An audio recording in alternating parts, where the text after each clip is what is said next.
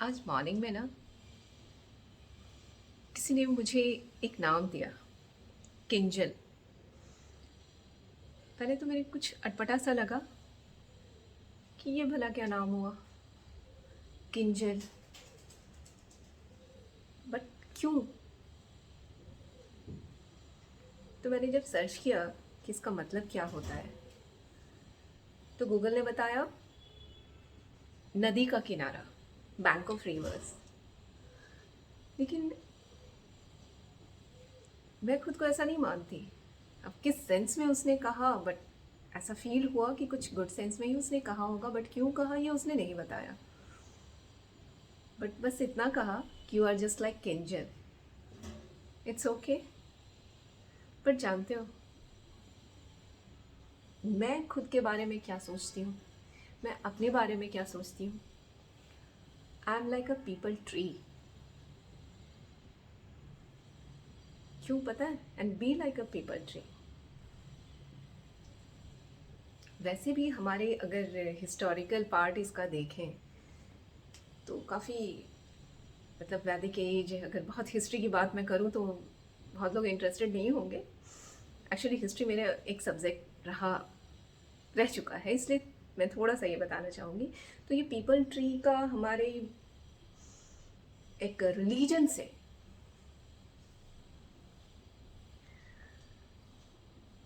या हमारी जो रिलीजन है, या जो हिंदुस्तान की संस्कृति है, उससे बहुत बड़ा एक जुड़ाव रहा है।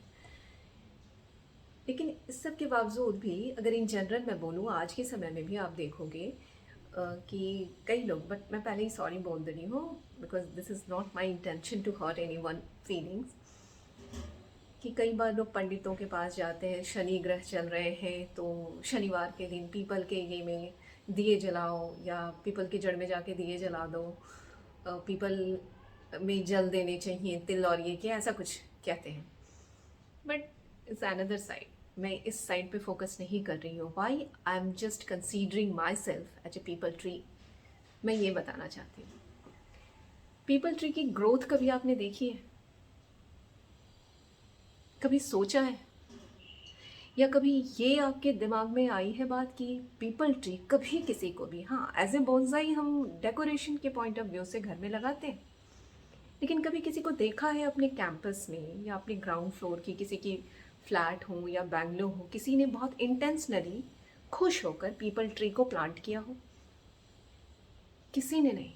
लेकिन हाँ, एक बहुत बड़े ट्री के रूप में कहीं वो मिल जाए तो वहाँ जल देने ज़रूर चले जाते हैं ना। फिर कई बार आपने देखा होगा, बहुत ओल्ड कंस्ट्रक्शंस वाली बिल्डिंग हो या फिर टूटे फूटे मकान हो, जहाँ कोई रह भी रहा हो या नहीं भी रहा हो, लेकिन पुराना अगर ध्यान ना, अगर घर की बिल्डिंग की मेंटेनेंस ना की जाए, तो वहाँ देखा होगा कहीं कॉर्नर पे स्टोन या सीमेंट से लग के ही एक छोटे से होल से भी वो प्लांट निकल आता है पीपल का। और कहते हैं उसकी जड़ को अगर नहीं काटा गया तो वो पूरे वॉल को वीक कर देता है। तो इससे इस प्लांट की स्ट्रेंथ का पता चलता है, राइट। उसके रूट का पता चलता है कि उसका रूट, अगर मैं बोलूँ यौगिक टर्म में, तो रूट चक्र इतना स्ट्रांग है कि वो सीमेंट या ब्रिक, ईंट को भी वो तोड़ के ग्रो कर जाता है ना। तो बेटर पार्ट इसका जो ये है, पॉजिटिव साइड मैं बता रही हूँ, पॉजिटिव साइड ये है कि पीपल ट्री को कोई प्लांट नहीं करता, कोई भी अपने कैंपस में लगाता नहीं, लेकिन अगर इसका पेड़ मिल जाए तो उसकी पूजा करने सब चले जाते हैं ना। तो हम इंसानों को अगर कई बार देखा होगा, या कई बार आपकी इंसल्ट होती है, कोई इंटेंशनली आपकी इंसल्ट करता है, डिच करता है, कितना लो फील करते हैं, बिल्कुल मतलब एक सैड सी एनर्जी में हम चले जाते हैं। बट कभी ये नहीं सोचते कि हमारा जो स्ट्रेंथ है, या हमारी पूरी पर्सनैलिटी है, या हमारा रूट जो है इतना वीक क्यों है कि किसी और के वैलिडेशन की ज़रूरत हमें पड़े। हमें पीपल के वृक्ष की तरह बनना चाहिए ना, जिसे कोई प्लांट नहीं करना चाहता, लेकिन खुद की स्ट्रेंथ उसकी इतनी होती है कि जब वो वृक्ष बन जाता है तो सारे लोग पूजा करने को मजबूर हो जाते हैं ना। उसके प्लांटिंग के लिए, उसके ग्रोथ के लिए उसको किसी तरह के खाद पानी की ज़रूरत नहीं होती। वो पत्थर पे भी निकल आते हैं। वो कैसे निकलते हैं किसी को नहीं पता, है ना। तो ना तो हमने उसके ग्रोथ में किसी तरह की कोई हेल्प की नहीं की, इसके बावजूद वो कहीं वृक्ष बन गया तो उसकी पूजा करने को तो बिल्कुल तैयार हो जाते हैं ना। यही स्ट्रेंथ है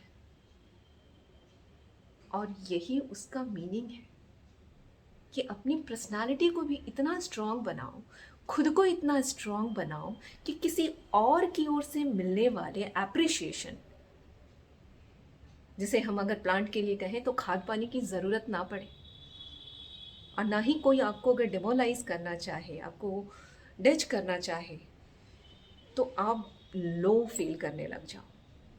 तो just be like a peepal tree, एक वृक्ष की तरह बनो कि लोग इतने स्ट्रांग बनो, पीपल ट्री की तरह कि लोग खुद ही पूजा करने चले आए। आपको उनका मोहताज नहीं होना है ना। So be like a peepal tree. युगों युगों से हम उसकी पूजा करते आए हैं, हमारे इंडियन कल्चर में पूजा होती है, लेकिन उसकी प्लांटिंग नहीं होती।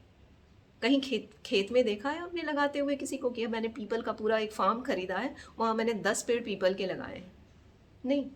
हाँ, नाउ डेज कुछ ऐसे जो नेचर लवर्स हैं वो जस्ट सेव पीपल ट्री करके कुछ एनजीओज टाइप के चला रहे हैं, तो ये अच्छी इनिशिएटिव है, लेकिन be like a peepal tree. So मैं भी खुद को इसी तरीके का मानती हूँ और ऐसे ही रहना चाहती हूँ। इसलिए पीपल ट्री की तरह हमें भी किसी और का मोहताज होने की ज़रूरत नहीं सेल्फ ग्रोथ के लिए। अगर आपको ग्रो करना है तो भगवान ने इतनी सारी चीज़ें हमें दी हैं, दिमाग दिया, आईज दी देखने को, नोज, लिप्स, ये सारी चीज़ें क्या हैं? ये सारे सेंसेस हमें दिए। तो फिर सेल्फ ग्रोथ के लिए, क्या बोलूँ तो लाइफ में सक्सेसफुल होने के लिए किसी और की ओर क्यों देखना? जिस तरीके से पीपल ट्री बिना किसी हेल्प के, बिना किसी भी कंट्रीब्यूशन के, किसी और के कंट्रीब्यूशन से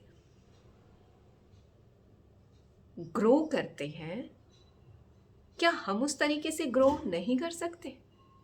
कर सकते हैं ना। कोशिश करके देखो। हर इंसान अपने आप में यूनिक है, अनोखा है, और सबके अंदर कुछ न कुछ पोटेंशियल होती है। ज़रूरत होती है हमें उसे पहचानने की। प्रॉब्लम यहीं आ जाती है। कोशिश करके तो देखो, कोशिश करके देखो। कहते हैं कोशिश करने वालों की हार नहीं होती। तो B like a peepal tree, बिना किसी की ओर देखे अपनी पोटेंशियल को पहचानो और एफर्ट डालो सेल्फ ग्रोथ में। तुम्हें किसी और के एप्रिशिएशन की और वैलिडेशन की ज़रूरत नहीं होगी। और जिस दिन तुम्हारा रूट चक्र स्ट्रांग हो गया ना, वो स्ट्रेंथ आ गई ना, लोग खुद ब खुद तुम्हारे आसपास मक्खियों की तरह भिनभिनाने लगेंगे। तुम्हें ज़रूरत नहीं होगी किसी के पास जाने की।